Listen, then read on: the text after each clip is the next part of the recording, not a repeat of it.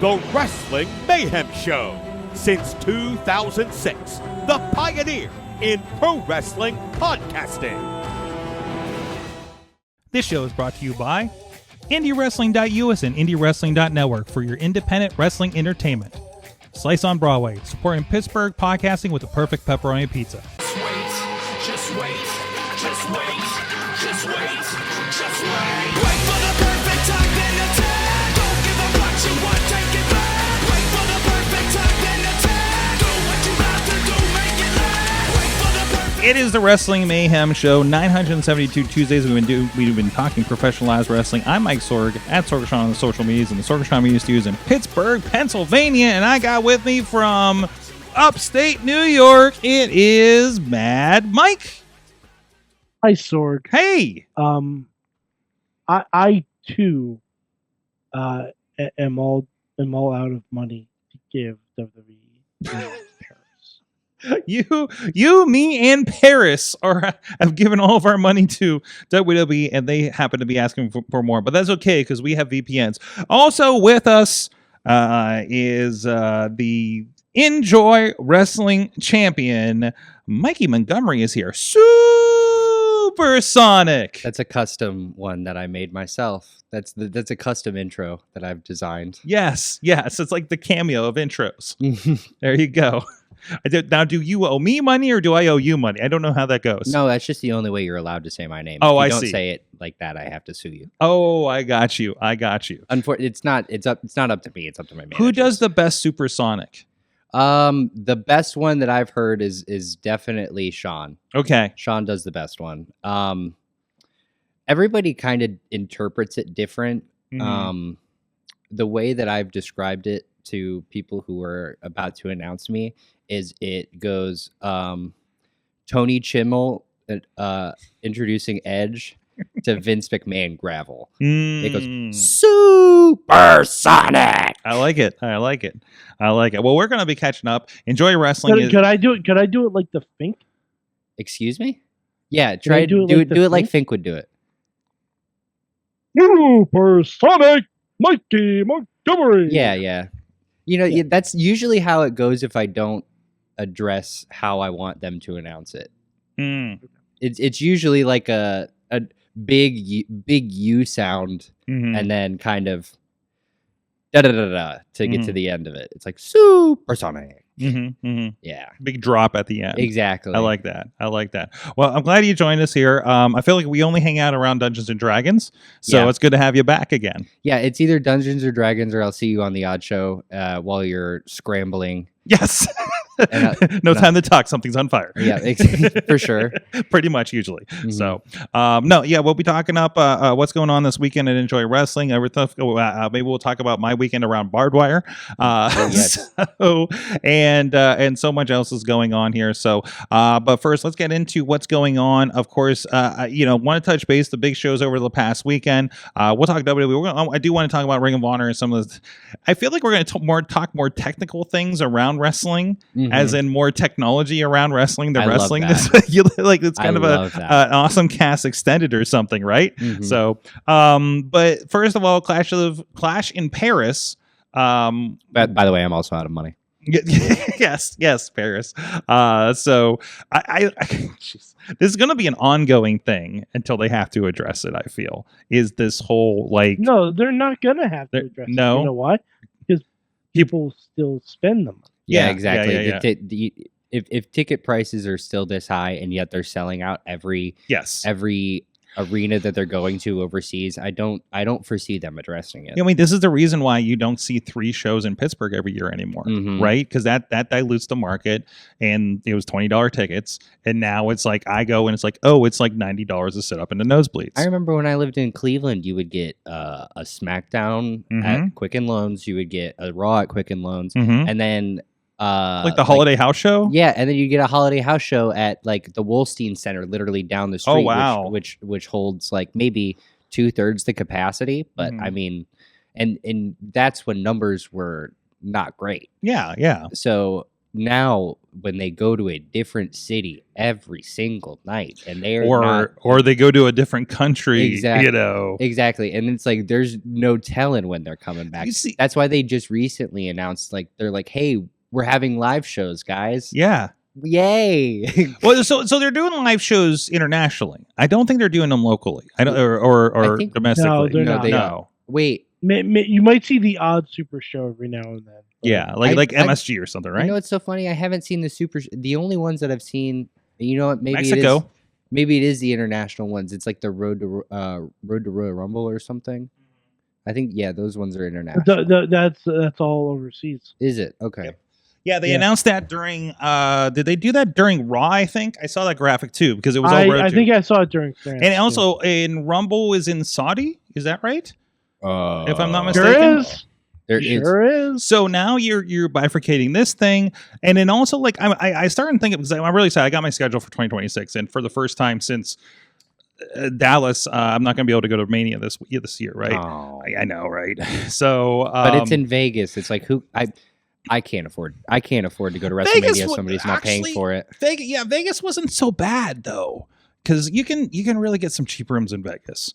That's Like, true. we But got Treasure Island. Are you staying off strip? I Obviously. gotta say, I stayed at Treasure Island. I got all my booking the Thursday before, like 2 days before, and I did not pay too bad for like what was it, 3 nights, out there. Yeah. So You only stayed for.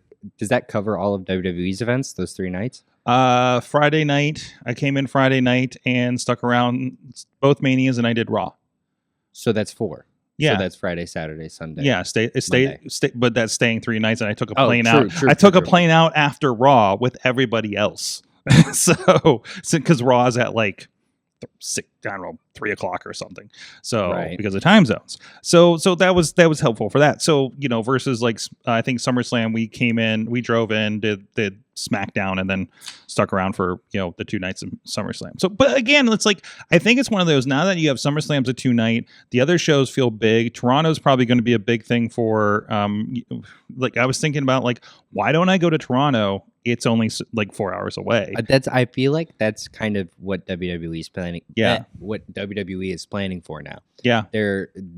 If they're gonna do a show like domestically, meaning the North America, Yeah. I feel like they're gonna want to do it on one of these border towns. That's Mhm. like maybe people come up from Mexico, like to a Texas show. The San Diego Survivor Series, for Exactly. instance. Yeah, for sure. I bet that's going to be a big hit for them, like for international fans that are coming. Yeah.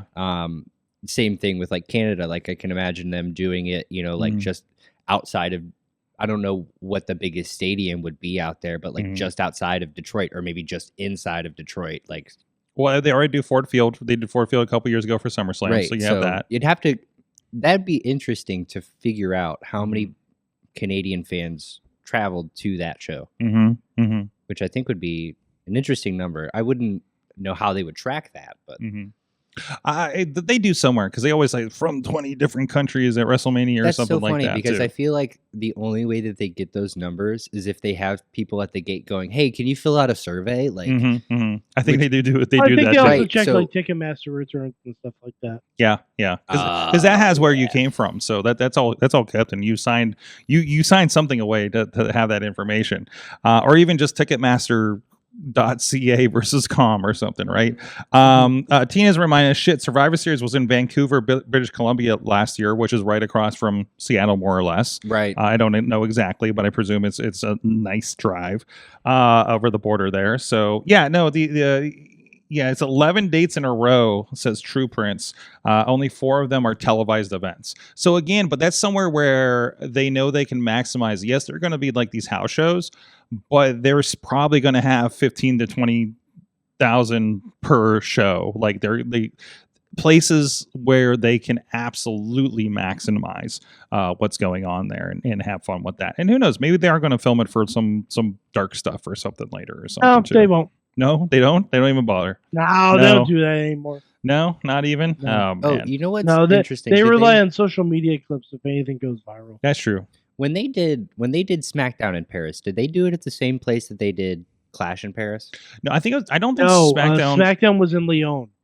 Mhm. Oh, okay, that makes Where total the sense. SmackDown was in last Lyon. show was, I believe. Yeah. The last major show. Because for Raw they just left up the Paris set, Mm-hmm. Which I have to say, that looks Paris great. was dope. Mm-hmm. and I That Paris really was hope dope. that for these big shows, which I think that they're leaning towards, Mm-hmm. we're gonna see some cool sets. Yeah. Which people have been clamoring for online, and if we know WWE from the last 2 years, they love to listen to what people say online and implement that into their television. Mm-hmm. So I think that is going to be a welcome change. No, absolutely.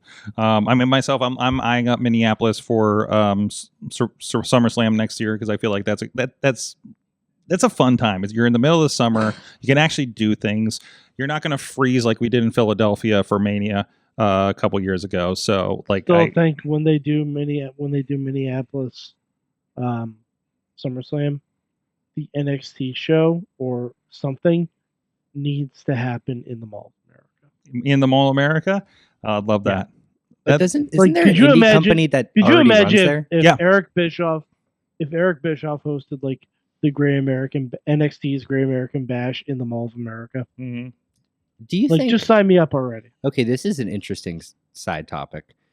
Do you think if Eric Bischoff came back on WWE TV, he'd come back to a Hogan style boo or Big Pop? Now, No, I don't think he's done anything Oh. to piss people off. I- mean, yeah, the Hogan boo Yeah. has nothing to do with No, him. I know absolutely, Like, but yeah. I'm just thinking in terms of fan reaction because like Mm. how many people this generation really appreciate Mhm. what Bischoff really kind of did for Nitro. their parents do. Sure, absolutely. So So their parents would go crazy. yeah. So I mean, I think there's something with that. So First Wrestling is the one that does the Saturday Night Nitros. Right. And this, I've actually talked to Swembo a lot about this. They don't film their shows at all. Like classically, they're just like, nah, if you want to see, you got to get a ticket. And they book crazy talent on Yeah. that show too. So it's got to So- be it's they've got to be making crazy money on it. So Mhm, I mean, mhm. They hats have- off to them. They have they're in league with, like, it's at Mall America. It's a thing that Mall America helps put on. They're sponsored by like Pepsi and Frito-Lay. I don't see a lot of independent wrestling promotions sponsored by Pepsi. Oh, You know, for absolutely instance, I've seen now our Baja events with SAE. I've seen them. I was amazed because I saw, we always look at the sponsors as part of my job is like get like the sponsor, who's there, who's representing, stuff like that. And I was like, why is Coca-Cola on the sponsor banner, right? Well, I mean, And like- there was a local bottler basically. Yeah, so. yeah. So I mean, Enjoy has gotten like local reps from like T-Mobile and stuff like that. Sure, okay, yeah, that's So- right. I've seen the Taco Mania or something, Mhm. right? Yeah. And then their AIW, I know, I don't think they were allowed to put like the banner up, but I know that they were sponsored by I think like Jack Daniels or something. Mhm. Or I think it was like either a whiskey brand or a vodka brand. Mhm. But I know they were sponsored for a show like I think it was like a Hell on Earth one year. So That makes sense. I go a lot of breweries, yeah, I've just seen the Great Lakes thing, Penn Brewery, doing stuff with that too. but like that's how you you get know, into it, like the yeah. local bottlers and stuff like yeah, that. yeah. So I mean, the Enjoy was at Icy Light Brewery. Yeah. That was tremendous. That was actually really cool. I really liked working in that venue. Mm-hmm. It's actually if we did like a main show there, if we just sort of like curtained off a little bit and had like and got like a lighting company to come in and sort of light the Mhm. thing, Mm-hmm. it would look spectacular. Oh my god! Especially with if you filled up that balcony with fans too, like a what's the word I'm looking for? Like a standing room only section. I think if you moved it, closer to that balcony, that's right? that's what I'm envisioning. And then Yeah. and then curtain off sort of like that lower underneath area. Maybe. I don't know. Playing around with it in my head. I'm trying to find pictures from that day, so because it was Oh, so okay. freaking cool. It was. I think if you look like a lot of the pictures are actually looking straight at the balcony from Mhm. that right hand side of the ring if you're looking from hard cam. Yeah, I was looking at mine, see if they're in my pictures anywhere. But anyways, no, that was a really cool venue, and Volume's another thing with Enjoy that it always had a cool vibe to it too. So again, back to the WWE thing. No, it was cool because it was like 30,000 people for Clash, and it was like 23,000 for Raw. I love these big shows. I love this vibe, and I love when it comes over, like the chance of it coming over to America, things like that. So it's a net positive for all this kind of stuff, and it makes you want to show up, and you will pay that price when they show up. You know what I mean? 100%. So, by contrast, I'm enjoying what AEW's been doing to feel different. AEW in ECW Arena I've loved the last week of it, and we'll get into that in a little bit, of course, in a little bit too. So, in the meantime, it's time. We got to move on from there, and we'll talk about the tech issues over the last week, I guess, too, as part of this. But in the meantime, everybody, thank you for supporting the show at patreon.com/Wrestling Mayhem Show. We have a lot of extras on there. A lot of times a post show where we actually have a live stream going on around and in between shows and after shows, and while we're in the breaks and everything like that. So you can go check out what's going on there. And I do need to put something in here real quick. Anyways, thank you to everybody that does support the show, including our friends at the Fan and Show level. Bo Diggity! Woo! As well as the Zoom is still killing the woo on the Mad Mic. I missed that. As well as Team Hammerfist, the Tupac family, Bubba Brewer of the Triple B Podcast and APWF, and Jason French at the Poppy Club level, Dave Pop Partner. Rats in a Trench Coat, Tony Kincaid, and T-Pop, True Prince of Pro. And at the Pizza Club level, the Rizz, and brand new, welcome Justin Cleaver to the Pizza Club level of the Patreon. And at the manager level, Bradley, you guys can support the show too, patreon.com/Wrestling Mayhem Show. They beat the crowd size from Taylor Swift's Eras tour. Really? Well, they beefed it. They beat it. It just says so. Yes. From that arena. Yeah, talking about. So that makes sense. Her stage is really big, isn't it? It is. It's a lot. It's kind of takes up a lot of seats. That's why they jack the ticket prices so high. Yeah, there you go. Supply and demand, right? Mm-hmm. Let's talk about technology. Let's do it. It's two things. ROH had an issue over this weekend, and Stephanie did something that pissed some people off. Let's stay on the WWE for a moment. We all know we're talking about the pricing and everything like that. So, I am an advocate for VPNs, I guess we can say. From when I wanted to watch AEW over on Triller in the UK to, I really like WWE on Netflix. I really like all of my WWE on Netflix because honestly, the local options, including my local CW network, are terrible. I can't get it. Terrible. Or you can't get it, right? Or I think maybe it's on Peacock and no, it's not even on. It's on CW app. It's on CW app, and you have to get the CW app on your television, and boy, is it bad. It's never gotten better. It's terrible. I didn't even the latest I'd watched it before was when NWA Power was just on the CW app. It was just I couldn't watch it. It was unbearable. If you have a cloud DVR with your local cable, I tried this with my mother's, and it looks terrible. It looks bad. Through the local Pittsburgh CW. So, I ExpressVPN is what I use. I go to Canada and everything's there. We all know that. It's the worst kept secret, right? Most podcasts I listen to that are sponsored by NordVPN or ExpressVPN literally tell you can use this to watch Netflix that you don't get in America. They're not hiding it. Netflix knows this. Netflix could block it, but they don't, and a lot of them don't. So when Stephanie was doing an ad for, what was the which it was a VPN I've never heard of before, but they did the ad and this is probably literally ad copy that was sent to her. I don't know. It's very specific to WWE, wasn't it? So I listened to the video because I saw the response, and I literally put in the chat, I'm like, guys, is this for real? Did she really say this? Because that seems wild that they let her say this.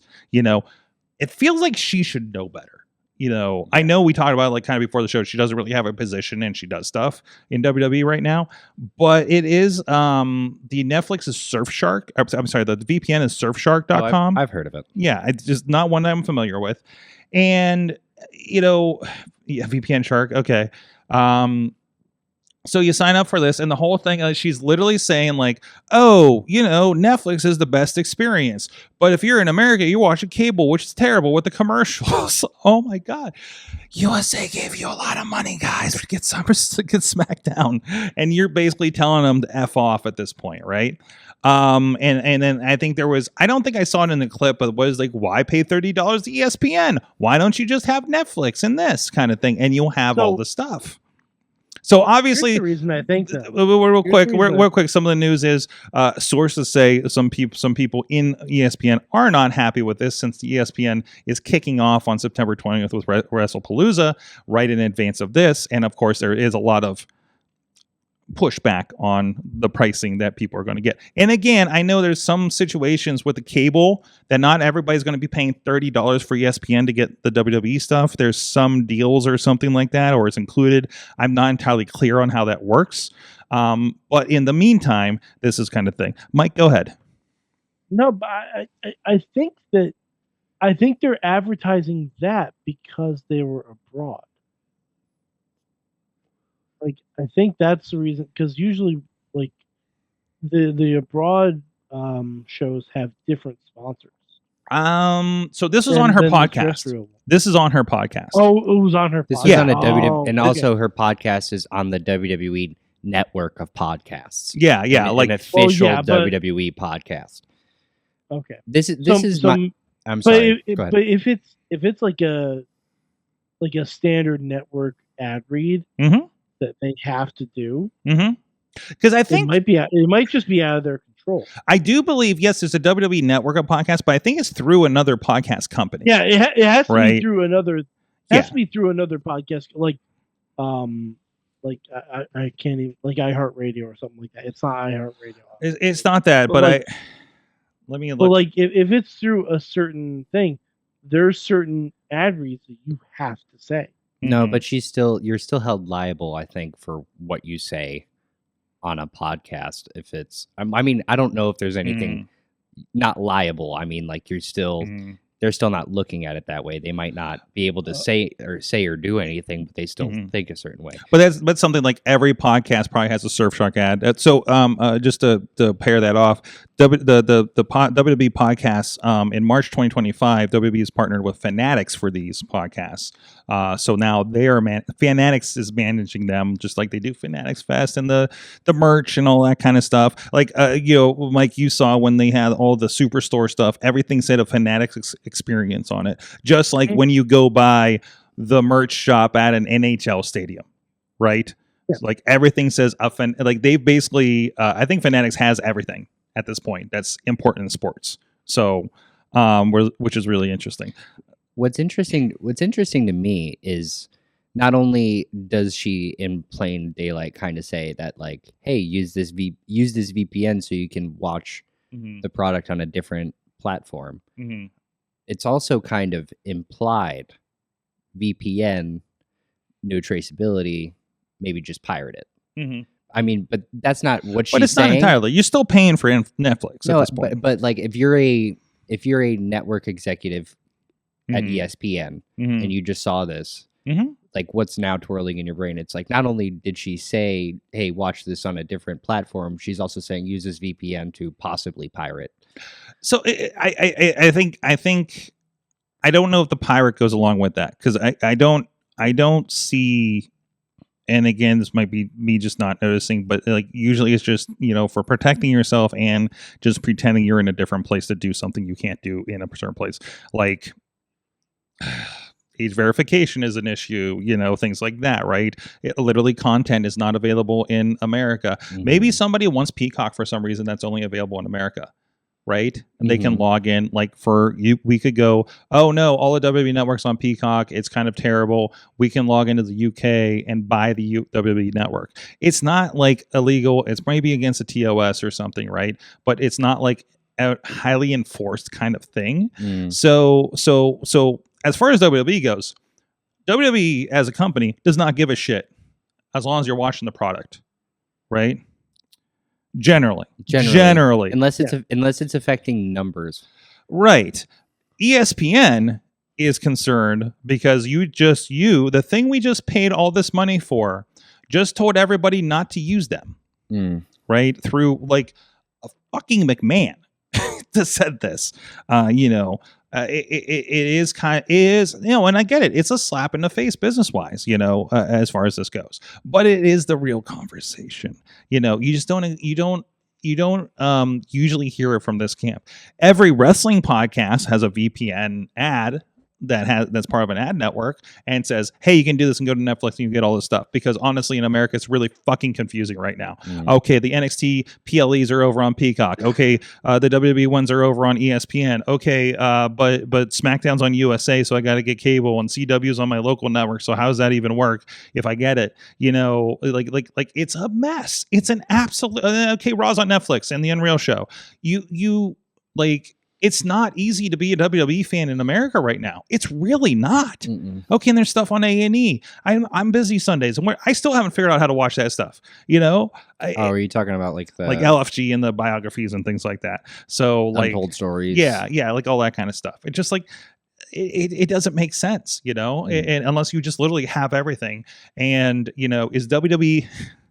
Here's another question. Is WWE becoming... I just read an article about how Disney resorts have left the middle class behind with their pricing strategies, right? It's like, well, the affluent people are the only ones that really take advantage of this. And if you're not affluent, then you just feel like a second-class citizen if you're not buying all the perks at these things. Is WWE getting to that point? Is it only serving the affluent wrestling fans at this point? Well, yeah. Because they can all spend money... each individual can spend more money. Well, yeah, think about the past Saudi shows. You have people who in the front row in recliner chairs. And now they're having sitting beside Jelly Roll. Exactly. And then literally they're having their second biggest pay-per-view of the year now in Saudi Arabia. Yes. That's what I'm hearing from you guys. Yeah. Okay, so it's facts.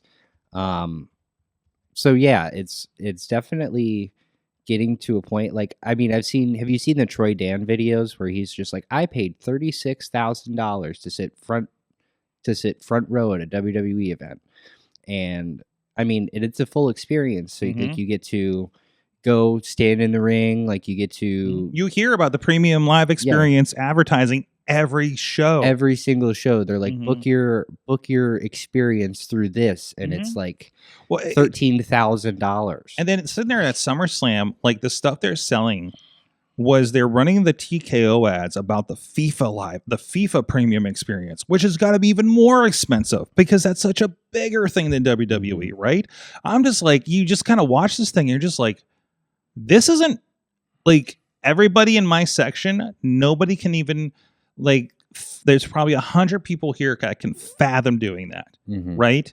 And they're all down there, and it's like, okay, like and I don't know what that's going to manifest in. Again, it's going to go until they can't sustain this, and there will be this is going to be a bubble that's going to pop. It's going to pop hard for these guys, I think, because there's going to be a point where, because I was thinking about just watching Clash, and I was just like, man, they really, really need to deliver on this experience and continue to deliver on this experience. Does this turn into a point where it felt like during when things were rough and they didn't have anybody coming up that they trusted, and we just got Brock Lesnar and Cena and everybody coming back, and the Goldbergs and the Undertakers, because they literally like, hey, we need to like make sure people are interested in WrestleMania. Please come back, Undertaker, and have a subpar match, because you shouldn't be here. Because you listen to him, he says, I shouldn't have done those last couple matches, stuff like that. Or what you have at Saudi Arabia, like, I think they're going to get to that point where the Romans have moved on. This has moved on. Now they have a good structure to bring those people up with NXT, so they're stronger in that. But there's going to be a point where there's too many injuries at some point, or too many people have gone off in the sunset. Your AJs and your CM Punks have gotten old enough and retired. Your Roman Reigns is, done with it, and they haven't filled those gaps to that mass capacity, so. Well, I feel like it's in every other entertainment industry. Like, you have that bubble. Like, it's a roller coaster. Yeah. Like the immediate thought in my brain is like, kind of like, well, like opera or Broadway, where it's just like, there was a time where it's like, getting into an opera was super expensive and it was only for the super wealthy. Right. And now if you look at it nowadays, it's like you can get an opera ticket for $25 and sit relatively close to the pit or wherever section you really want for a fair price. Because the affluent people moved away from it? Yeah. Well, I Okay. mean, because it's become, it's like Broadway. It's like now everybody and their mother can go to New York and go see a Broadway play. Now it's expensive to be in New York because of all the things. Because that it's you're New doing. York. But like a Broadway play is relatively like accessible for people who are taking a vacation to New York. Right. But there was a time where a Broadway play was like the hottest ticket in town. And you're going to have that with, I think, pretty much every single live entertainment industry. And wrestling has had several of those bubbles. And we're coming towards another one. It's everybody. It's like Wall Street. Everybody's kind of waiting for the bubble to pop. It's like every time they turn on the stock market, they're like, "Today's the day. It's all gonna fall apart." And then they turn it off, and then they turn it back on again the next day, and they're like, "It's gonna go." Like it's gonna happen, and you're gonna have this. I think AEW's been a little bit of roller coaster with things as well, and that's kind of where it is. We'll touch on that. Actually, we'll move that to the next segment after, but we'll talk about Ring of Honor stuff too. But it's not going to happen tomorrow. It's not going to happen maybe even next year. You know what I mean? It's so funny because it's like I can see this version of the industry pedaling on for the next 5 to 10 years, potentially. Yeah, it's got a lot of steam behind it, doesn't it? Especially if you're like, okay, the Americans can't afford this. What if we go to other countries? And what if, hypothetically, not getting into anything else? Sure. What if our economy tanks into the next year? Yeah, I mean, what if? Then who is? You know what I mean? Like, if you can't fill 70,000 people, 50,000 people in a stadium in this country, 1, 2, 3, 4, 5, 6, 7 nights a year, plus the sold out regular arenas, do we just have even more shows in other better off countries? Yeah, like Saudi Arabia, apparently. Yeah, because it's like, at what point does this train just stop? I can see the WWE train, like, through better or for worse, just pedaling through this, like, almost no hesitation, that it's like, this machine will continue to grow and become more and more every year. I've never seen it slow down since 1999. It's been a steadily, obviously it goes 2000s, starts to come up all the way from the 90s, comes back down around, let's say, I'd say 05-ish. 05. I'm thinking 08 in my brain. That seems right. 08 starts to come down through 2013, 14, 15, 16, 17. Then all of a sudden, you have the new kids from NXT. You have Rollins. You've got Reigns. I still think a lot of this. I saw this with business that we did. I saw this with the independents because like everybody was streaming after COVID. Every MMA show was streaming after COVID. Everybody, like, I don't think you have as strong of WWE now if COVID didn't happen. If you're just on the same train, because you're just going to do the same thing you did. I think I think a lot of people reset their brain, their industry, their livelihood in a lot of cases because of that pause that we all took, for better or for worse. Well, I mean, a lot of worse, obviously. But I think a lot of people got to stop, steady their standing, and leap into the next phase. And that's where you're seeing this exceptional growth in especially professional wrestling, especially entertainment and technology and things like that. So the fuck it, we ball moment. Yeah, it kind of was. It kind of like, yo, let's stop doing the stuff that doesn't fucking work. Whether it's I'm not going to work this stupid fucking job because it could all end tomorrow, or my job can say I'm not worth it. And I spent 12 months sitting on TikTok realizing that's something I could do, or getting inspired to do something else, or, like how many people how many people are the Joe Hendrys that took that time to get in better shape and restructure his craft and get better at that, and then launched out, and look at him now, right? Exactly. Because he was just random guy. You're like, he's entertaining, but I don't see him being a WWE guy like anytime you saw him. But he wasn't in that final form yet, and he needed that. I'm stuck in England, or UK, wherever he is over there, and I just worked on my stuff until I could come back again. Well, I mean, like I started wrestling in 2019. Mm-hmm. I had a year in. Mm-hmm. And then COVID happened. And you're like, welp. Yeah, there it goes.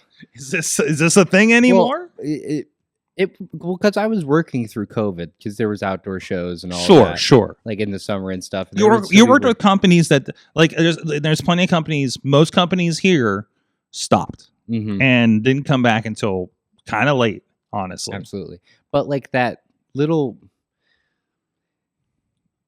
Those times when I was working at those companies, I felt like there wasn't a huge looking glass at me to where I could really take strides in figuring out who I wanted to be as a wrestler without really like a huge lens on me in terms of like people eyeing me down and seeing like maybe my screw ups and stuff like that.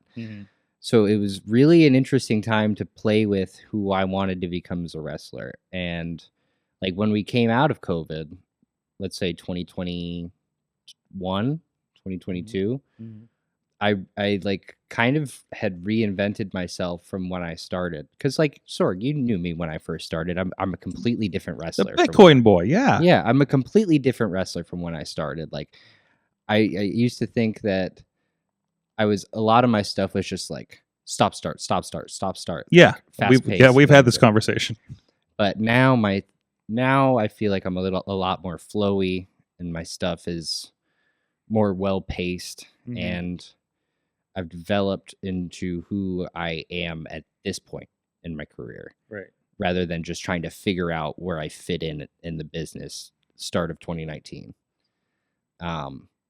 So COVID helped me in a way. Because otherwise you would kind of slog through and just getting from show to show, week to week kind of thing, right? And just continued the course. Exactly, for sure. And it was just about getting to the next show, really. Like, because it was just all about finding work. You get into a car and go literally anywhere at those times. Like I'd go to Indiana, backyards in Detroit, anywhere that would take me, just because I wanted to get out there and just try something new, do something different, have fun. Like, it was a really interesting time because like I wrestled a lot of people that I've never seen after either, like especially wrestling like some of like the smaller shows in Detroit. Like there's a lot of people that like today, like even I want to say like the last couple 880 shows that I did, like they'd come up to you and go like, I'd shake people's hands and go, "Hey, I'm Mikey," and they'd go, "Oh, I met you at a show in Detroit," and I'm like, "Wow, I'm a completely different person from when I was back then." Like it's hard to even think about when I met you.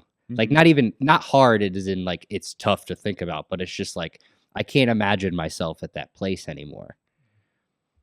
Excellent. Well, speaking of that place, you are the Enjoy Wrestling Champion, of course. There it is. Mostly, usually people just kind of put it on the back. You're just like straight up wearing it on the couch. I wanted it pronounced. I love that. It's almost as big as me. Is that too? Mikey for scale. But there's a lot of stuff going on. And yes, IndieWrestling.us is I closed the ad. Is a sponsor of the Enjoy Wrestling this weekend. It's going to be at Valium in the South Side, a really cool venue, and you can check out Enjoy is not on there because they have their own thing going on, and we're happy to be a part of it. But IndieWrestling.us, a lot of stuff going on, including 880 Wrestling debuted in Cleveland this past weekend. Effie was there with the GCW World Champion taking on Nick Wild for the 880 Championship. TME teamed with Envy Young as TMV. You get it? Interesting. Yeah, right? You get it? That show actually debuted this evening at 6 p.m. We had the final out of that put out there. It's for free on YouTube. It's also over on indiewrestling.network for you guys to watch. Also this past weekend, and maybe I'll talk a little bit about it in what I learned, we had the no ropes barbed wire death match between, I don't know if we call it death match, but it was definitely a mayhem, between Jamie Jamison and Beastman as part of VCW's return after a year away in McMecken. 300 strong, by the way, in the crowd, I'm told. So it was a wild show, as it always is down there in West Virginia. Definitely go check it out if it's not for the faint of heart. Obviously, with these two, somebody lost their pants. Because barbed wire. And a lot of blood. And there's a lot of blood. So there's blood on my equipment. I kind of expected that. Can I give a spoiler? You want to give a spoiler? What's I that? think George does a stunner.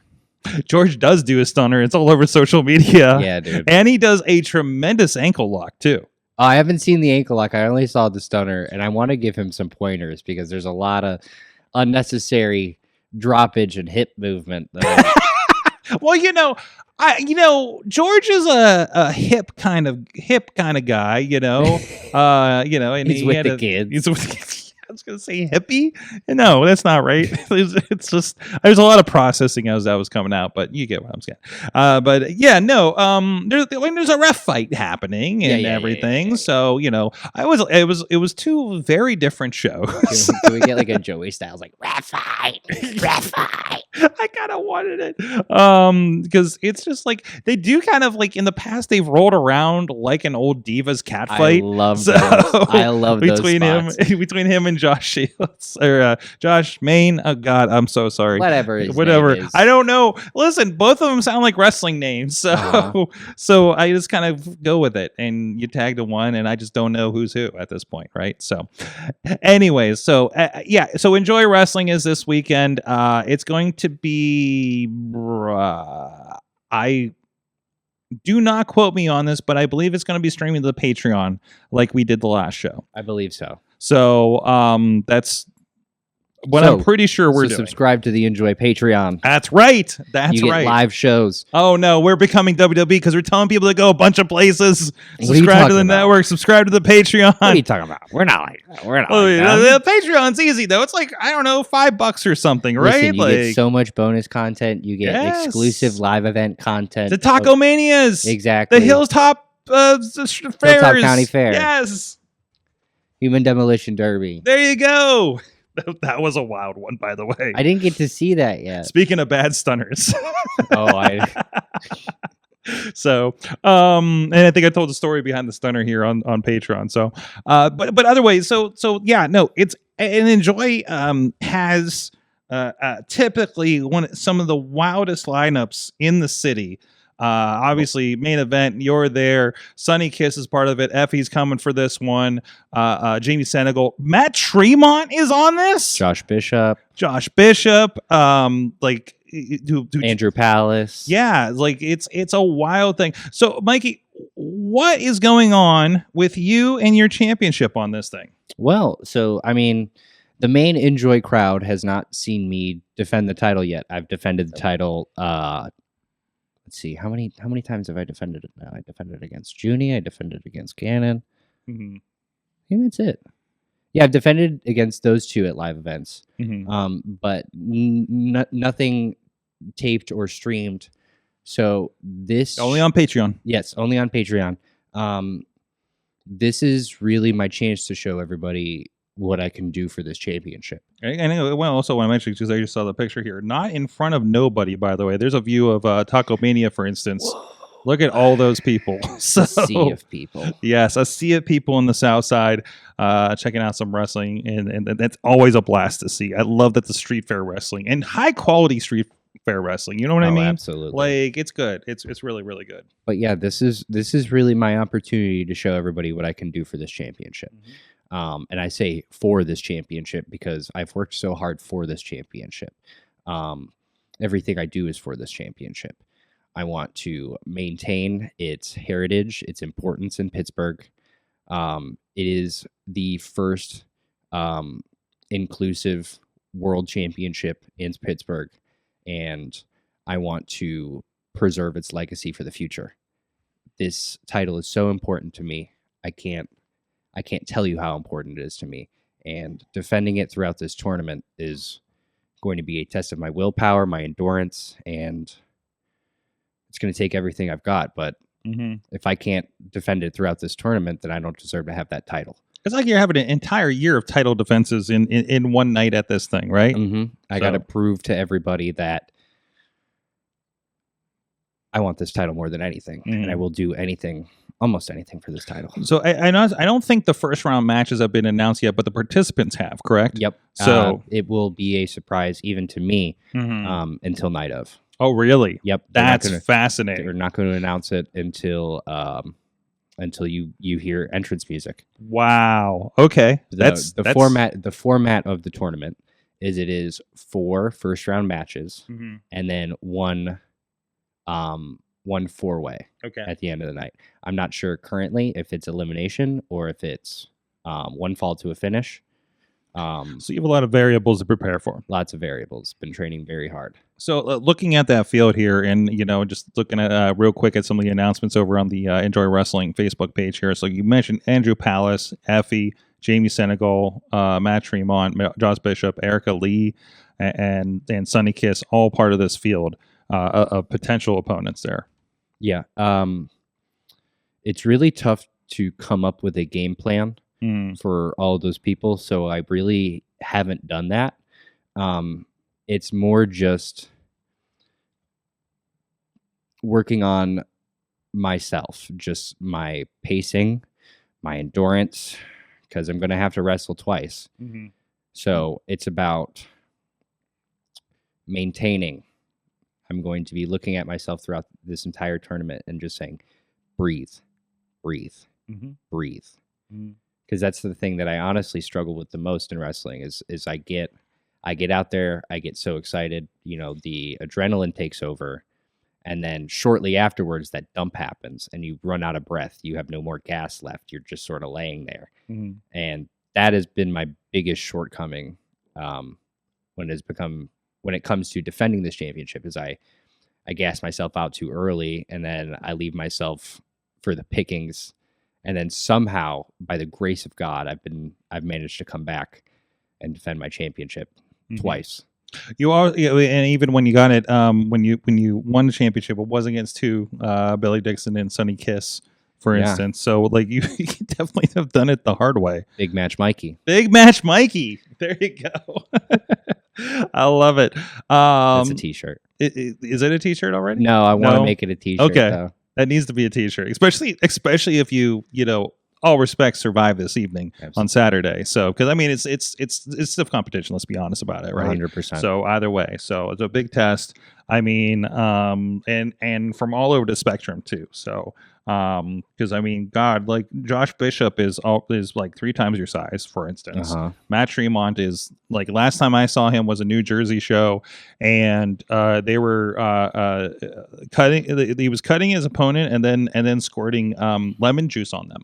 Yeah, I made sure that when they announced Matt Tremont, that we banned glass, barbed wire, steel chairs. So you're taking his weapons away. You're taking his. Yeah, we got to make it fair. Yeah. What am I going to do to Matt Tremont with a steel chair? Exactly. Honestly. So it's going to be fascinating to see how this goes, and also these are pairings that I don't believe I've seen a lot of. Just all the possibilities if you draw that out. It's a crazy. If you got your tournament crazy wall going on right now, it is a wild lineup for a tournament. I will say that it's one of the most eclectic. It's an eclectic group. Yes. Are you going to do like the old Super Indie tournament picture at the beginning with this crew? Because I feel like I'd love that. That visual alone would be amazing. Just to see all this crew. We didn't think. I didn't think about it, but we definitely should. Because you're going to have your birthday hat on when you do it. For the no, that's a little too silly. Okay. Oh, I'm sorry. No. But here's the thing: is you want it. What makes it funny is how serious it is. Right? Okay.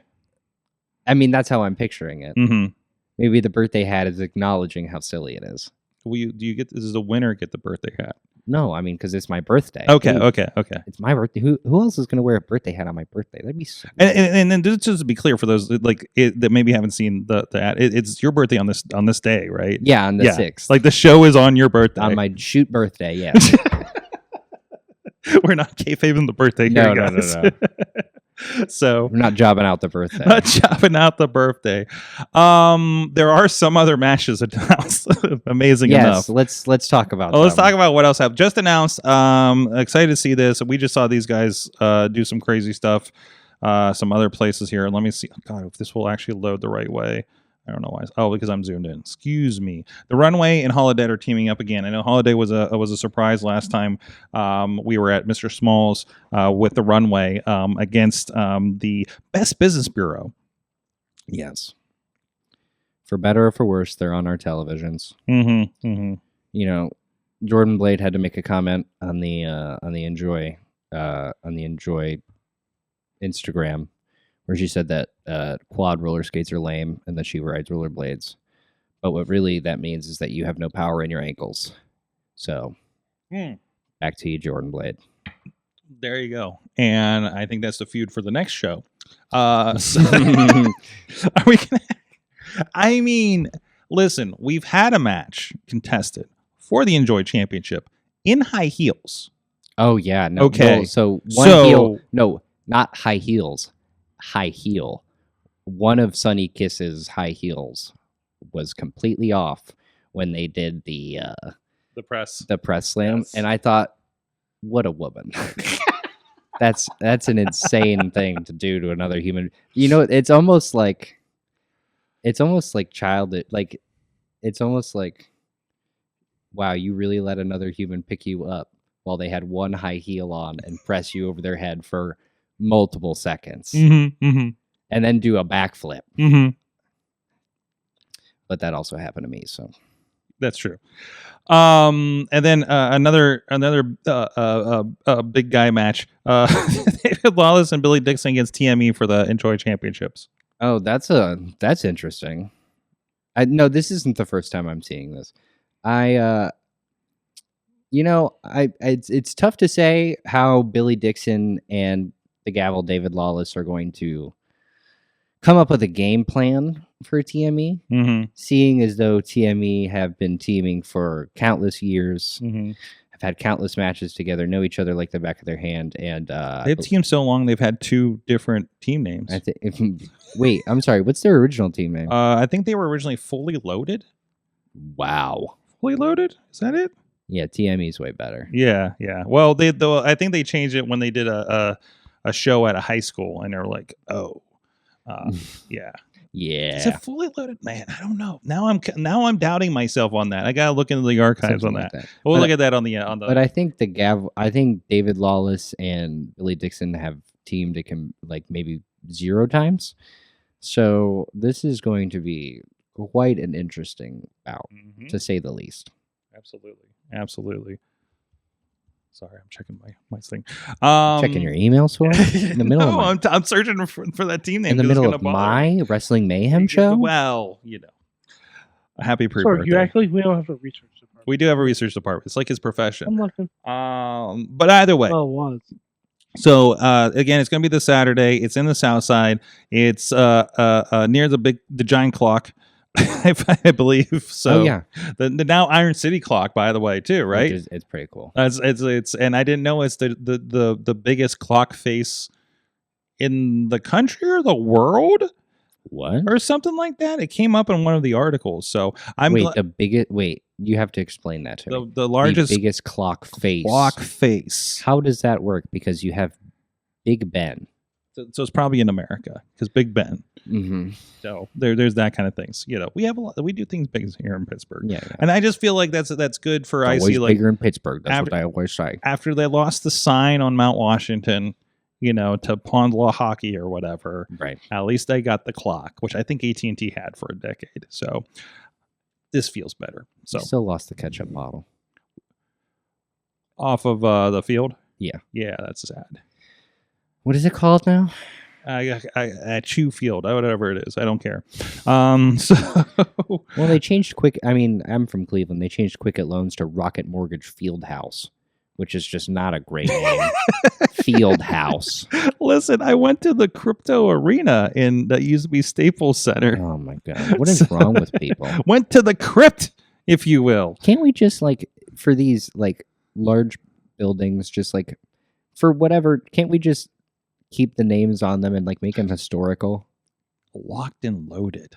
Teapot Locked with and the loaded. answer. Locked Locked and Locked loaded. and loaded. Thank you. Also, I'm seeing Rune's Goons What? Maybe being a one-off. in old wrestling. Oh, well, that. yeah, Oh, yeah, okay. yeah, No, that's yep, that's a yep, whole yep, thing. yep, yep. Have you done Yeah, old that- wrestling? Have I done old wrestling? Yes. Oh yeah, I love working old. Well, what was your persona over Dig there? dirt. Dig dirt. Yeah. So back when me and Eric were teaming, Mhm. sorry, this is going to break kayfabe for old wrestling, but I mean, we're on the internet. So when me and Eric were teaming, we were the coal miners. I was dig dirt and he was dug dirt. So the pretense and post tense of digging dirt. And so when Eric turned heel, what they did is we did a storyline where he got sent off to war and he became Major Miner. Wow. Yeah. So we just recently wrapped this up with a coal miner's glove on a pole match. Of course you did. How Yeah. Booker T of you. So yeah, that just happened in Norwalk or Willard, one of them. But that was super fun. It was just a little live event. Every time I see something from it, you know, Oh like, my it god! just, you know, that and the old wrestling when they did the throwbacks, it never saw the light of day. But I remember when we did the throwback show for Impact Wrestling, and it was just a mess all across the board. And I think they just threw the 100%. whole thing out. But Lady Frost was a barber and came out with like the Brutus Beefcake vibe, but she was like an Oh old my timey God. barber, like hairdresser or something with the garden shears. I remember it was the old wrestling show in Detroit. I think it was last year or the year before. But they got Dalton Castle to be the Phantom of the wrestling show. And I don't know if they had a plant to start with, but like his gimmick obviously is that, like, you know, they take the half mask off and then whoever saw him, they just faint because of how quote unquote hideous he was, right? So they had a plant in the crowd as he's like, because obviously he got his mask ripped off, so he's sitting there like he's covering his face. Then all of a sudden he goes up to the plant and just like unveils his face, and the guy faints. Then he goes to one side of the crowd and they all faint. Next side of the crowd, all faint. Next side of the ring, they all faint. Everybody, I'm at the merch table. Everybody in this crowd is playing dead. I said, they have this crowd by the balls. This is one of the greatest performances I think I've ever seen in my entire That's life. it, man. That's it. We'll talk about performances a little later because you're reminding me of something that I learned for this weekend. But oh my god, Enjoy Wrestling Supersonic is this Saturday. Go check it out, and actually on video. If you're on the video version of the show, we're gonna go to the ad right, and we'll be right back, and we'll talk about Ring of Honor and why it's free right now after this.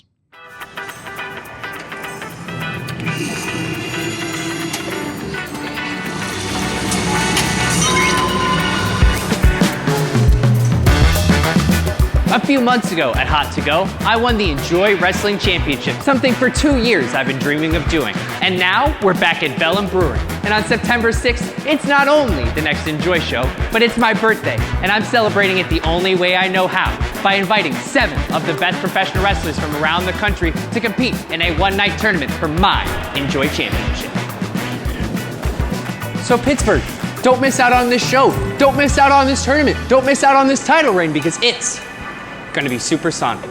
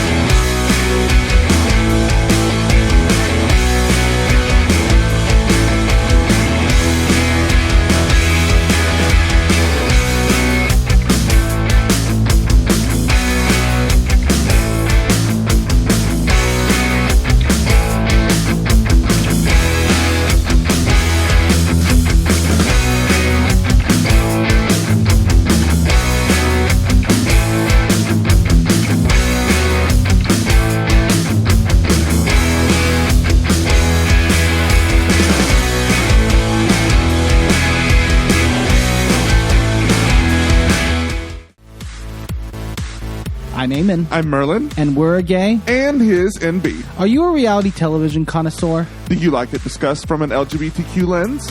If so, A Gay and His NB is the podcast for you. Hear us break down all your favorite guilty pleasure reality shows from Bravo, Drag Race, and just about everything in between.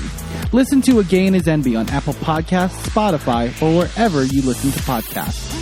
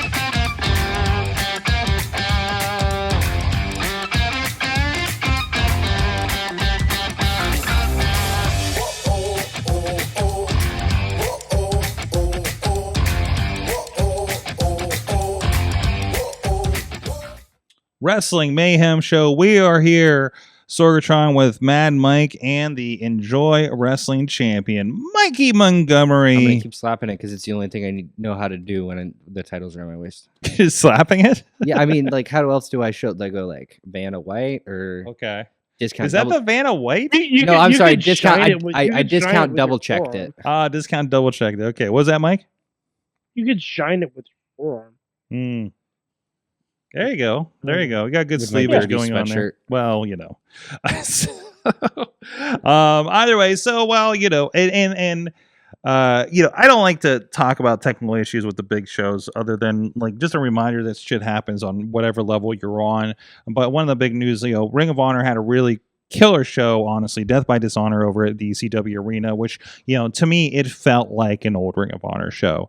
You know, we've talked about, like, I wish Ring of Honor was still in smaller venues. Like, I think that's the vibe. I think that's where it hits better. It just doesn't feel right when you have that, you know, that rolling banner across. Yeah, and everything just feels It's so WWE CW. Mm-hmm. Yeah, it really is. Like, Ring of Honor really felt at home when they had, you know, 8 rows of 25 chairs on each side of the ring, and you had some standing room only in the back, and the only thing separating you from the guardrail, or the only thing separating the wrestlers and the fans, was a black trimmed guardrail with the ROH logo on it. Yes, that every time you hit it made a bang. Yes, Oh, yes, bang. Which is what they did at AEW first. The thing that Nigel McGuinness bashed his head into and got fully knocked out. That's what Ring of Honor feels like to me. Like, when you can hear the crowd from, like, when you can hear the come up instead of down. It's such a different acoustic level. Yeah, because then you can hear because then the bumps don't go out. Yeah, the sound goes up and through. It's such a different experience. It's the right air. It, like, and I've seen so, you know, Chikara there. I've been there for New Japan. I've been there for old Ring of Honor tapings. You know, like, I mean, that building is the vibe, right? And I'm like, and even like you're seeing that vibe, like, it's so different when even what they're doing on Dynamite and Collision now, right? Yeah. Like, it just, everybody who is there for it, you know, definitely across the board. So it was a pretty big show. They had Paul Walter Hausen in a match. So Hauser. Hauser. God, I always fuck that up. Paul Walterhausen. Like yes. he's in a Yeah, team with Danhausen. I Danhausen it all the time. I'm sorry, Paul. But he had a big match, so of course there's going to be a lot of eyeballs on this. So apparently and I was surprised at this. Like around 9:15, I see a tweet on social media, just bouncing around between matches, and I saw hey, sorry about the issues tonight. We're going to put the show out free on YouTube, and I'm like, what issues? I'm watching on an Apple TV. I'm pulling up on my phone when I leave the room, to go get food or something, and I was like, I'm having no issues. It's because I'm on Apple. Turns out, I guess, if you were on a browser, and again, depending on where you're at, there's different. Okay, it's through a company called Bright Cove, which is a back end, kind of like we go through Vimeo for a lot of these streams. So everything goes through Vimeo and then out to like your YouTube and your Twitch. And when we do pay-per-views and we do stuff, it goes to through the Vimeo to go to like IndieWrestling.network and then also the it's like YouTube. It's a client. Else. Right? It's a server that things bounce off. A CDN is usually what it's called. So Bright Cove is what a lot of big time companies like this ride on, right? Classically, we would talk about WWE Network. They rode on, I think it was called Slam. Maybe you'll remember it here. It was something that MLB put together, was the back end. And that's what the original WWE Network was on. Not Slam. It was something like that. But and Disney ended up buying it, and they had to move CDNs and everything like that, which was also probably a technical mess for a little bit. So it's the thing that makes sure when 100,000 people tune into a pay-per-view, it doesn't get skippy. You know what I mean? Netflix is their own CDN, something like that, right? Obviously there was a technical issue for that. They put it on YouTube, and I love the statement from Tony that says, hey, we're going to put on YouTube. And he talked about I don't know, it was in the media scrum or somewhere else later, but he's like, well, yeah, there's a mess up here. And instead of like kind of him and Han over it, we're just going to make, put the show on YouTube. And so everybody can see it at least, and give everybody a free month of Ring of Honor that signed up for it. Because obviously some people probably signed up going in this because we did have a big name on it and everything, right? And it's like, and we'll settle it with the company, the provider.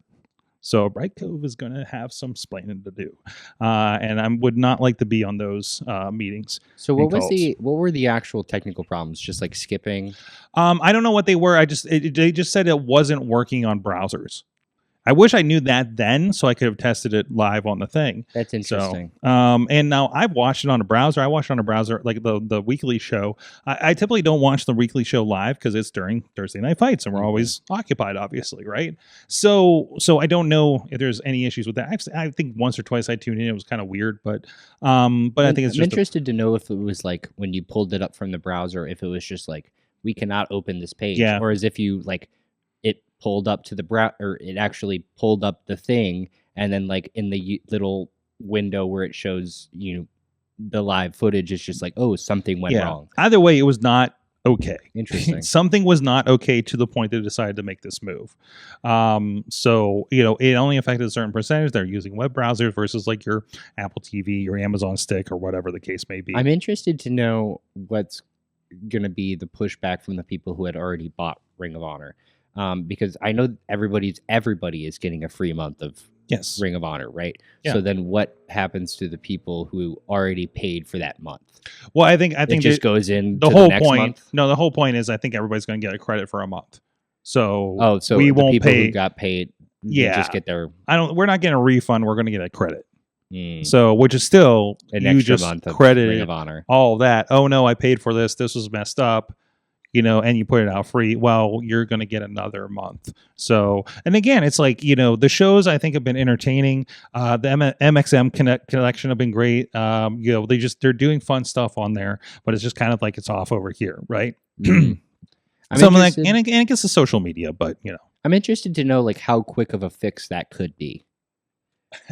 because like it's Well, because like you were talking about earlier with like the network and how when they switch, I'm sorry, I don't know what you actually called it, like the BAM net, the CDN, the BAM net, CDN. and somebody remind me, it was BAM that was the back end for it. Again, everything just kind of funnels through those servers and out to all the places where people so watch like when it. you say they changed CDNs and that became like a mess for however long, Mm. does this month where they're now trying to figure out this new system, does that now become a mess for the people who have gotten their free credit? It kind of depends on what happens next. If Tony just determines that Brightcove is not the way to go, now app wise, and I don't know if the providers come with this. I do notice when I look at the apps, the app that Ring of Honor is using currently is the same template as what New Japan uses as well. Like it's sort of the same looking browser. Yeah, you can tell. You can tell it's made by the same company. You can tell it's there's like, hey, here's just a general template, just like the Vimeo stuff kind of all looks the same too. That would like what we use for our network. Like if you go to somebody else that uses something, it's going to look fairly similar, honestly. I mean, you can customize, but still. And I have not gone into their app stuff yet because honestly, it's far too expensive for what we currently provide. We would need Ring of Honor level subscribers in order to put apps on everything, and we don't have Tony Khan money to front that. So welcome to independent wrestling. So that's the idea there. So again, it's just like, hey, stuff happens, kind of interesting. They've had pay-per-views. They just did Supercard like a month or so ago. No problems. I don't remember them having streaming problems like this. It's just literally, and also I am curious, when just a little bit, we've had problems with Facebook over the last week. YouTube has reporting internally on the dashboard about problems there. I'm wondering if this was a symptom of a larger problem across the board with streaming technology over the last week too. Like, kind of that thing you always hear about, hey, such and such isn't working because Amazon Web Services are down and everybody rides on that. Very similar, right? There might be some funnel that all these go through. Could be Amazon. Honestly, that makes all this weird. We had instances where our Facebook during our awesome cast before this, and then actually a client podcast on Wednesday night, both cut off like half an hour into it. Each different, and everything's going fine on every other end. It's something in Facebook. So I think they ran into something like that. As far as a fix, when the show's going out, it's hard to fix it. Again, I don't know on the server side, but if like somebody tells me it's going here but not here, it's like I know on my end I can't fix something or try to do something without literally shutting the show down for everybody in order to fix the problem for some. So then it becomes like unfortunately, there's nothing I can do about it. Yeah. Or there's also the issue that I've had where we are starting the show and we're doing the most difficult part of a live show. And somebody gets in my ear and says, so-and-so says the stream's not working. And I freak out and fuck up the beginning of the show to find out, oh, it's that person. To which I say, never tell me that one person's having problem with the stream. Let me know when 3 people have problems with the stream. Because one person could be the problem for themselves. It's 3 people. But when 3 people tell me there's a problem, there's a problem. You know what I mean? Like, or they're just 3 idiots that don't know how to smart TV work. I don't know, so like that's, on the indie level, that's kind of my mark there. So somebody comes to me Saturday night and says like, hey, so-and-so can't play it on our TV. I'm just like, tell me when 3 people have the same problem on different devices. You know what I mean? Because I don't know how a Samsung TV works. Exactly. I've been on one of those where it's like everything doesn't work. You know what I mean? Especially at Airbnbs. Oh yeah, no, there's been times where I've been at home and it's like, oh, YouTube's not working. Oh, it must be a problem with YouTube. I wait 20 minutes. Oh, YouTube's not working.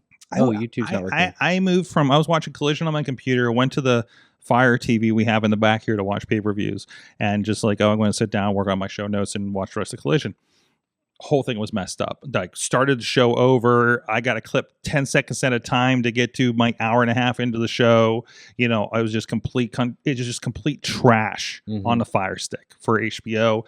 didn't save anything, got partway in, tried resetting it to see if it would bring in what I was doing on my phone for where I stopped, started me all over again after I was a half hour in again on that device. It's just complete, sometimes you just, that app, sometimes people are like, this service sucks, it never works. Sometimes it's just that app on that device you have 100%. is just a terrible app, And also the point I was trying to get to was it's a lot of the times it's just user error because I mean, there's been tons of times where I've been at home where it's just like, because I don't have a TV remote anymore. I just use my phone for the Roku TV. Yeah, same thing happened to my Google TV when I went to the workout room. So I forgot how it didn't work. but a lot of the times, like I use the same apps on my Xbox as I do my smart TV. Sure. So like I'll go to use YouTube on my Xbox, and then I'll try and use the TV remote app on my phone to try and control it. And I'm like, something's wrong with the TV remote app. I'll restart it. Nothing will happen. And then I'm like, oh shit, I'm on my Xbox.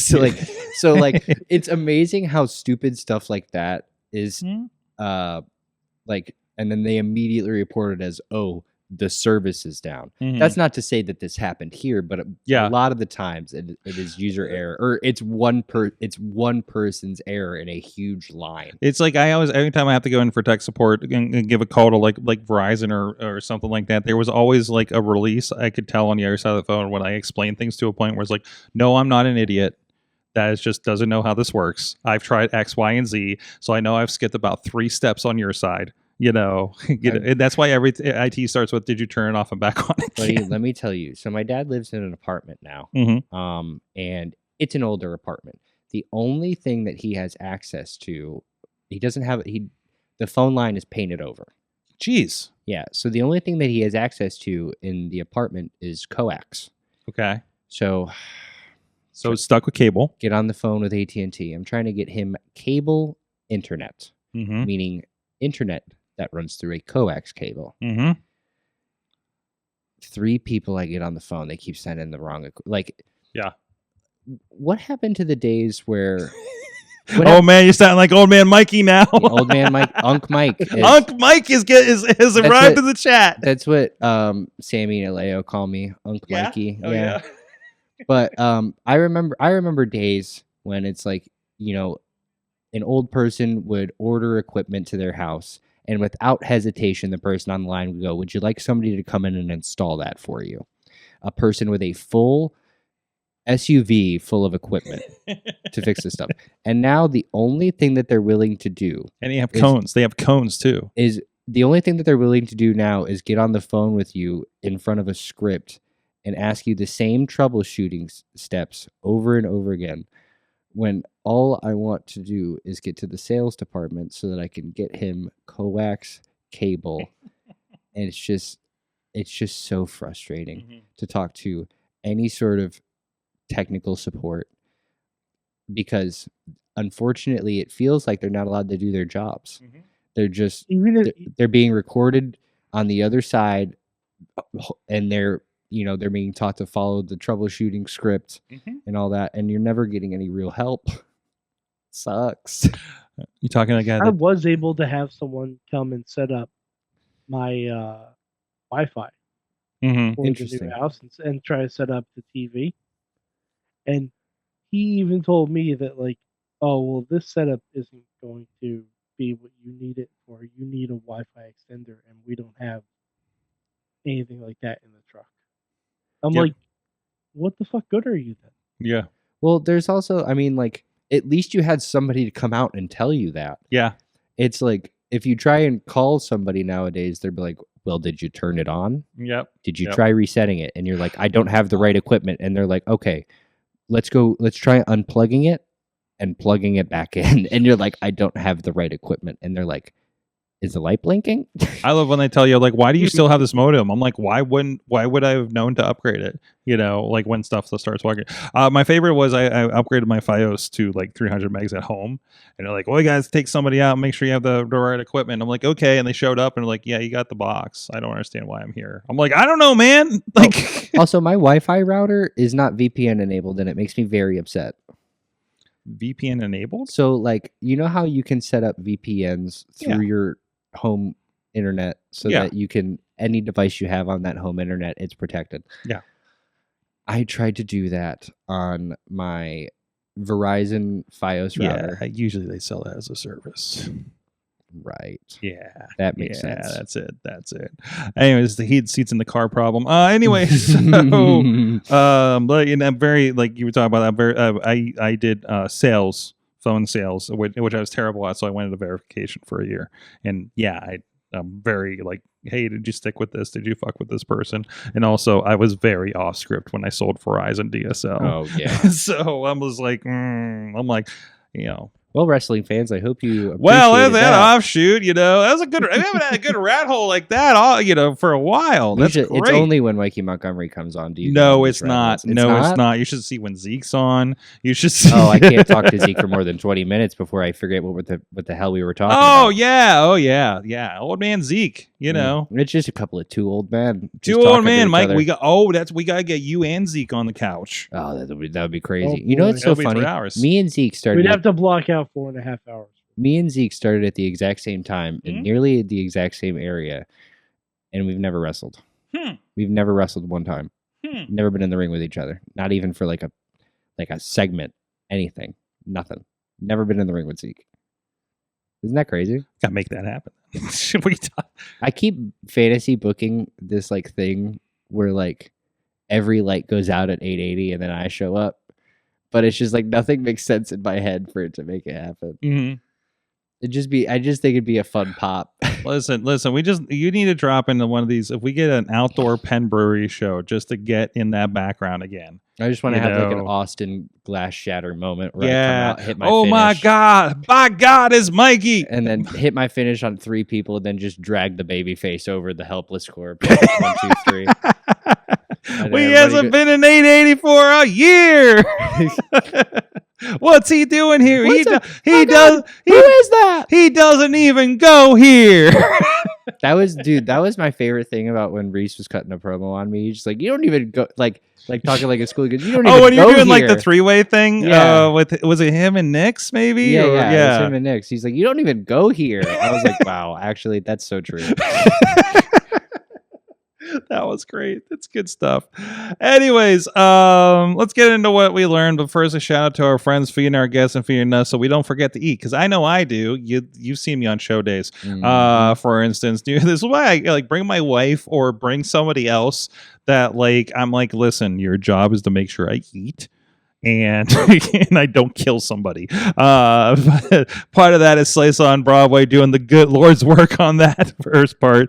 New York City style yins are made, Beachview, Carnegie, East End, and North Hills. You know what I've been doing? They're not officially sponsored on this part, but I now have a Thursday tradition. We've talked about before a long time ago. They opened a convenience store right next door called Tim's Corner Market.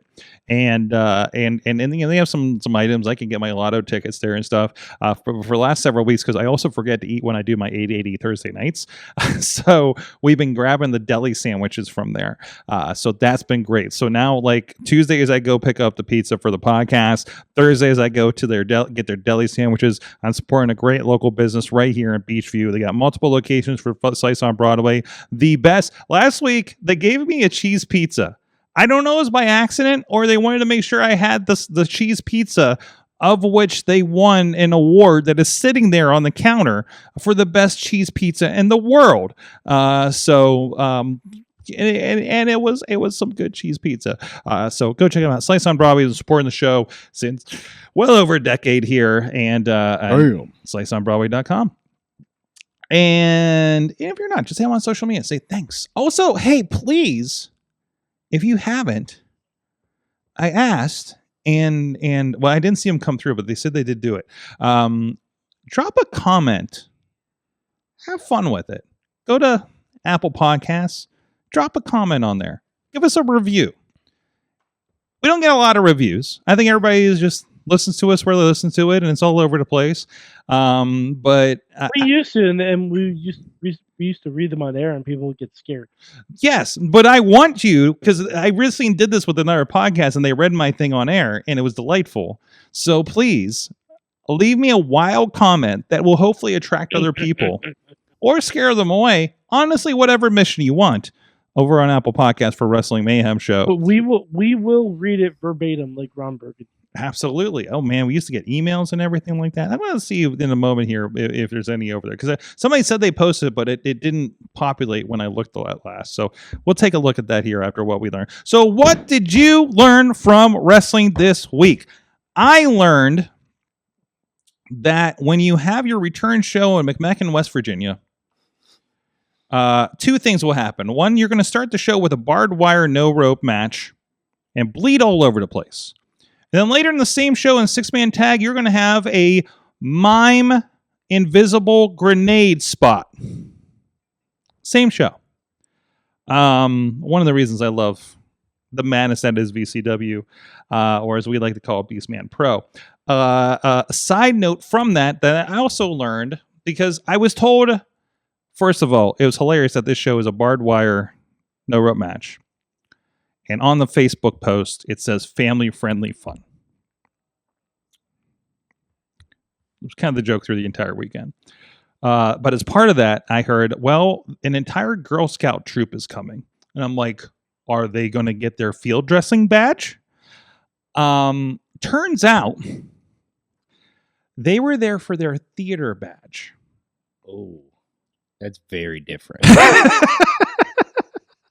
So they came to VCW, who opened with the bloodiest match I've probably seen since the dog collar ones in New Ken. If you had to give an age range for these girls, God, I'm not good at this.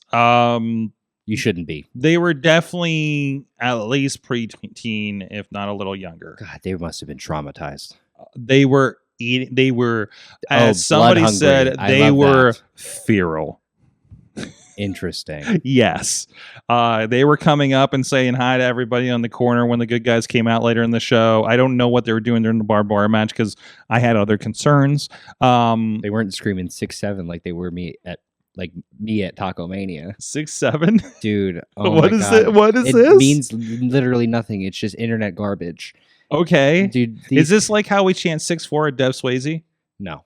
No? It's just TikTok culture has just gotten too far. Oh no. At at live show, well, at Taco Mania, I love when kids come and support me to wrestle. Yeah. What I don't like is when kids say Sigma or say 6'7", which literally is just it's just internet nonsense. Mm-hmm. It means nothing. Mm-hmm. It never will mean anything. And people just say it on the internet for fun. You just learned you're too old for this shit. I'm too old. All right. Shit. Well, I have a second one. Okay. So what I learned in wrestling over this past week is that you can lead a horse to water, but you can't make him drink. For example, you can wrap Jey Uso up in as much layers of tape as you possibly can. You can't make him sell his ribs. You can't. You just can't. Thank you, because I kept halfway through that match, I was like, isn't he injured? Well, I'm watching him. I'm like, okay, here's a spot where he hits himself in the corner, and there's a broken rib, and here's a spear, there's another broken rib, and here's a splash. All your ribs are broken. Mm-hmm. You have no ribs left. You should be dead. Lol, all broken ribs. Yeah. Yeah. So yeah, you can lead a horse to water, but you can't make him drink. Mm-hmm. Mm-hmm. Before I forget again, but I did have something that was submitted here. Dave Ponder did make this for you. What is that? Oh, I love that. Big match, Mikey. I love that. And that's you with your when you won the championship. So there you go. That's a model for your T-shirt, right? Oh yeah, I think it's gonna be more block lettery. Mm-hmm, I think yeah, no pictures maybe, just big match, Mikey. Mm-hmm. That'll be fun. I like it. From the chat real quick, let's get through these guys and again, so I don't forget them. From T-Pop, he says he learned that Paul Heyman struggling to untangle shoes on the outside of the ring for 5 minutes in the middle of a match is incredibly funny to me. Also, I learned that this Saturday we're going to have an incredible time at Enjoy Wrestling, watching Mikey successfully retain his championship in an amazing tournament on his birthday, by the way. Thank you for doing my promotion for me. There I you go. appreciate that. There you go. Now we can have a clean out. Dave Ponder says, Sorg, you've seen families in West Virginia. It's safe for them. Yeah, the barbed wire. Zeke Mercer says, say Sigma. No. Okay. Wait, you're watching? Go to bed. What, Zeke? Yeah, you're old. Go to bed. You grizzled veterans. Go to bed. No. All right, this needs to happen. The Mikey Zeke show. Somebody book it, please. Anyways, where was I? Where am I at? Mike, did you learn anything? You need to learn something. Where do we start? Oh boy. I learned that wives be crazy, man. Oh yeah. Yours or others? No, not mine. No, mine is a saint. Oh, I know where he's going with this. That was a weird way to start, but I know where he's going with this. I think I do too, yeah. Becky Lynch. Mm-hmm. Oh, okay, different. Oh, what are you thinking? I thought we were still talking about the Stephanie thing. No, I mean that's another way to go too. But Becky Lynch just showing up in the black hoodie and blaming CM Punk for early women's revolution matches not getting proper airtime.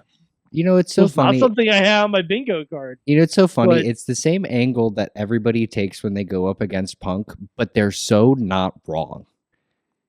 It's just, it's so like, it's such like a, well, yeah, that happened to everybody. Yeah, like, yeah. But she's turning it kind of hits different when Becky's talking about it. Yeah, because it's not it's not a person in the same division as him. Because it's like when. Because I remember those matches when the crowd was checked out. The CM Punk chant essentially replaced the boring chant. Yeah, yeah.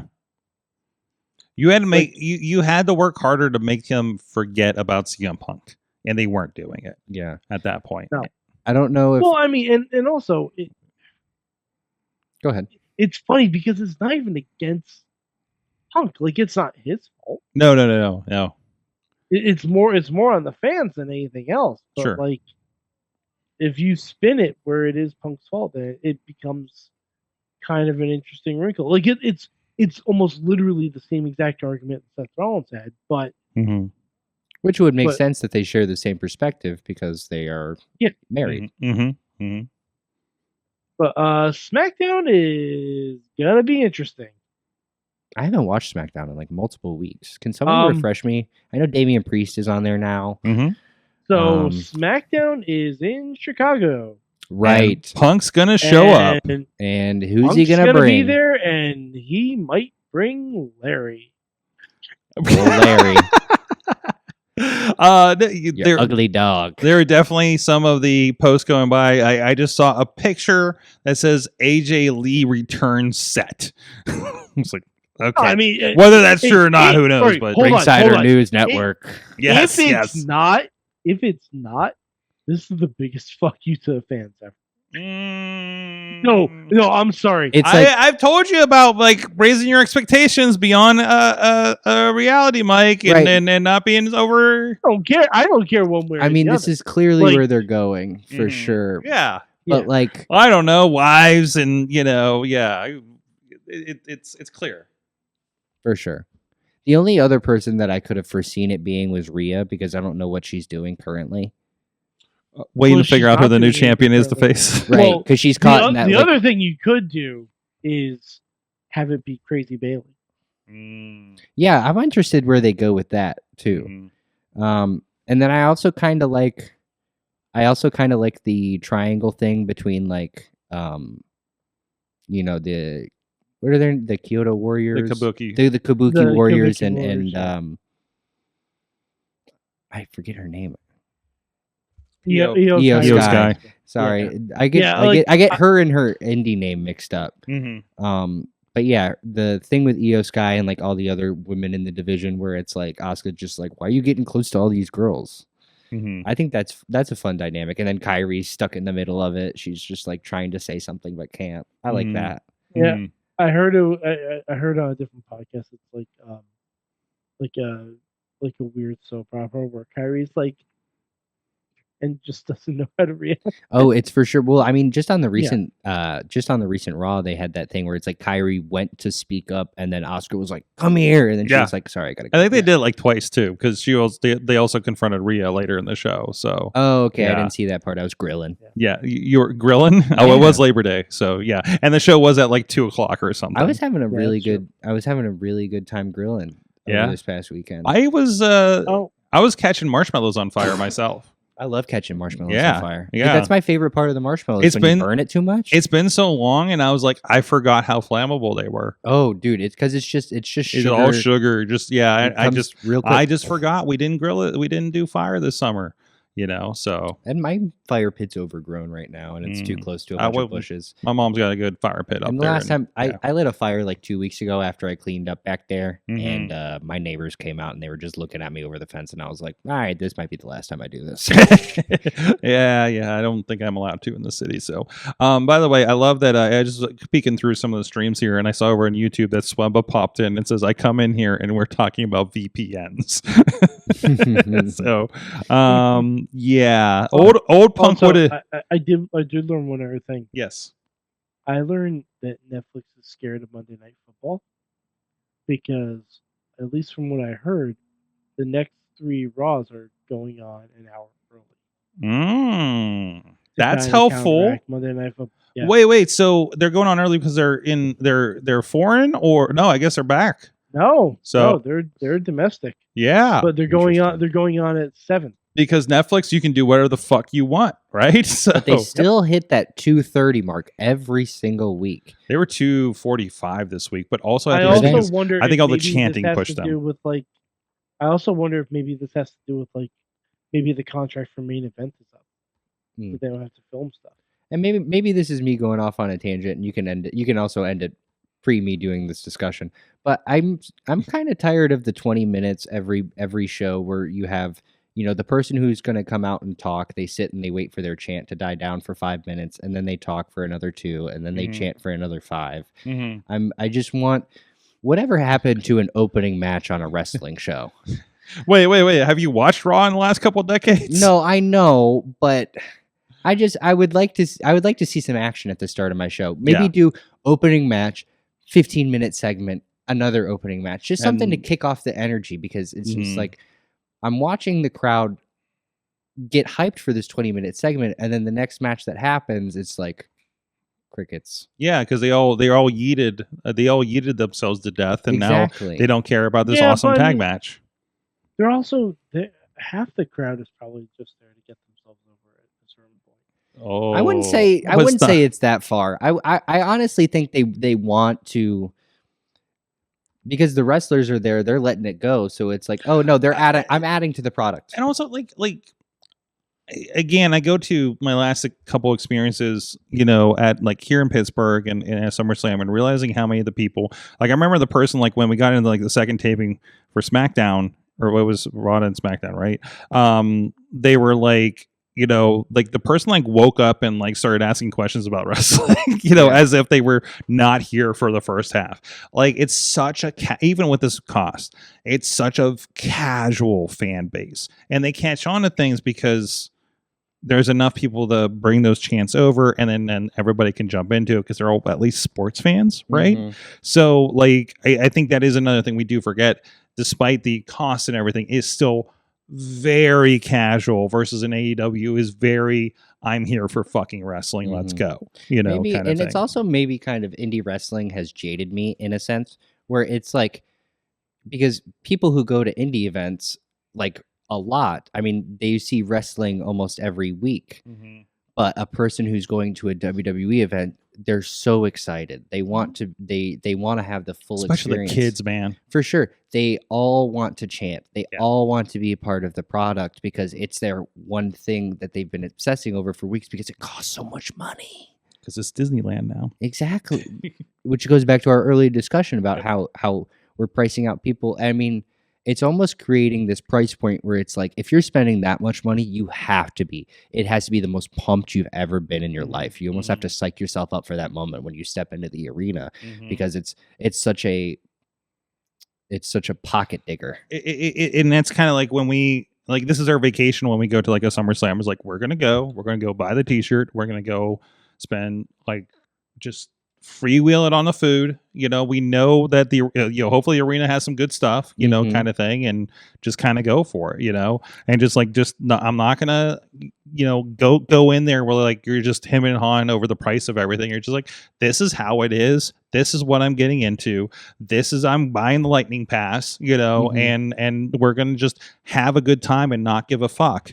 Because we're on fucking vacation. Exactly. You know? I feel the same way when I go to a movie. You know, it's so funny. I don't think I've ever left a movie feeling like, that was kind of a shit movie. I don't know why. Me, I'm not. I pay for A-list, so I don't give a shit. Well, it's like every time I go to the movies so few and far between. Yeah. That every time I go to the movies, I'm like, wow, that was a pleasurable experience. I love the movies. You're going with purpose. Exactly. Because you go so shortly. I go out of habit, you know, but also it's like, it's still my comfort place. You know what I mean? Even when I pay for stuff at home, like if I rented Superman the other night and I had friends that were like, it was all right. It was pretty good.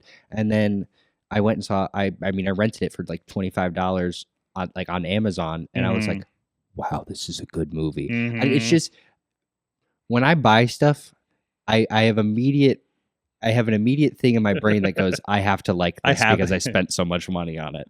I get that too, a little bit too. So, but also like something like Superman is like, no, I'm going to buy this because this is one of those. You have comfort movies. You know what I mean? Like I'm going to put on an old Ghostbusters or Ninja Turtles or How to Train Your Dragon is another good one that both me and Missy will enjoy. I love the first one, not so much the next ones.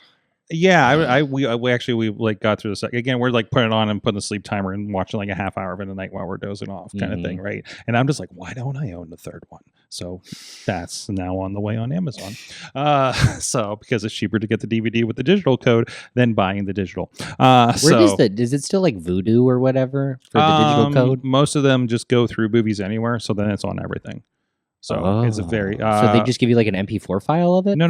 It's just you sign into Movies Anywhere. Hey Swumbo, it's a tech podcast again. Sorry guys. No. I forget this is a wrestling podcast. As long as it's not like a Lionsgate movie or a Paramount, I think, because they get weird and they're like all over the. Sometimes it's Amazon, sometimes it's like they don't do Movies Anywhere, but most other providers do. Studios do. Your Warner Brothers, your Universals, and things like that. Disney. You plug that code in the moviesanywhere.com, and then if you've attached your Amazon, iTunes, God, it's still iTunes, all that stuff. It's on my YouTube, it's on anything. So again, you sign into Hilton TV and you got all your movies. Well, yeah, like on YouTube or something, although that doesn't work half the time. There's like an error code, but like hypothetically, where I tuned into logged into my YouTube on the Airbnb TV, and I'm fucking jamming Transformers the movie from 1985. That's pretty cool. Because that's again one of my comfort movies. If you can't tell by my Facebook posts. You want to know what my favorite comfort movie is? What's this? Basketball. That is on the list as well. Basketball is one of my favorite 90s comedies. I think my biggest comfort movie might be the first Iron Man. Oh, that one's pretty good. That's a good one too. That's a really good one. Like, Tony Stark built this in a cave with scraps. Yeah, like most Marvel movies are also in comfort zone for me too. Most in some. I Phase one. Most Phase 1 for sure. I can't get through Thor. I like Eternals is not, and maybe the second Thor was a little harsh. I couldn't get through Thor the first time I saw it. It's but it once you get the Ragnarok, you're like, he becomes lovable at that point. Absolutely, Anyways, we kind of moved into Patreon territory here, so let's wrap the main show here. Thank you everybody for joining us. Mikey Montgomery, Enjoy Wrestling Supersonic. I have to say it that way. I'll be like saying it in production meetings that way now, right? So that's the branding at work. You're all over the social media. You're part of Top Rope Tabletop, which will be next Friday here, and hopefully you got a belt you're going to slam on the table when that happens. So yeah, absolutely. If you want to follow me, I'm at Mikey_Montgomery_pro on Instagram. That's the only one worth following me on, because the other ones are trash and or non-usable. Okay, there you go. As long as you got your name secure across the board, because that's what's important. 100%. That brand, so somebody else doesn't hop in there. I tagged somebody who left a platform. It was really embarrassing. I'm like, that's why you saw my post a couple days ago about it, right? It's like, do not delete your accounts.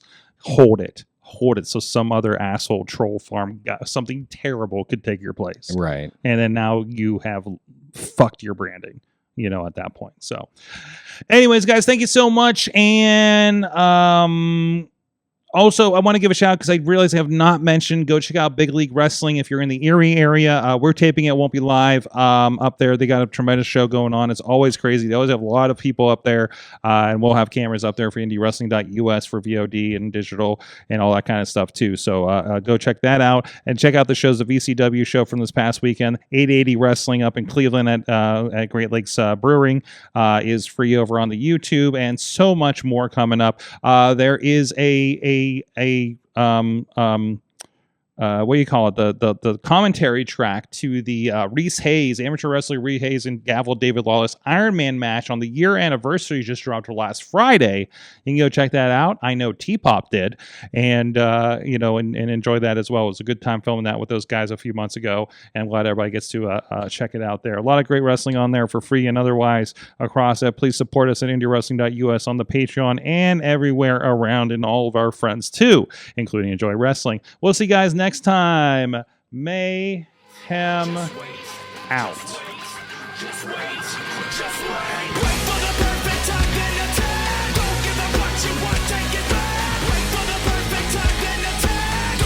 This show is a member of the Sorgatron Media Podcast Network. Find out more at sorgatronmedia.com.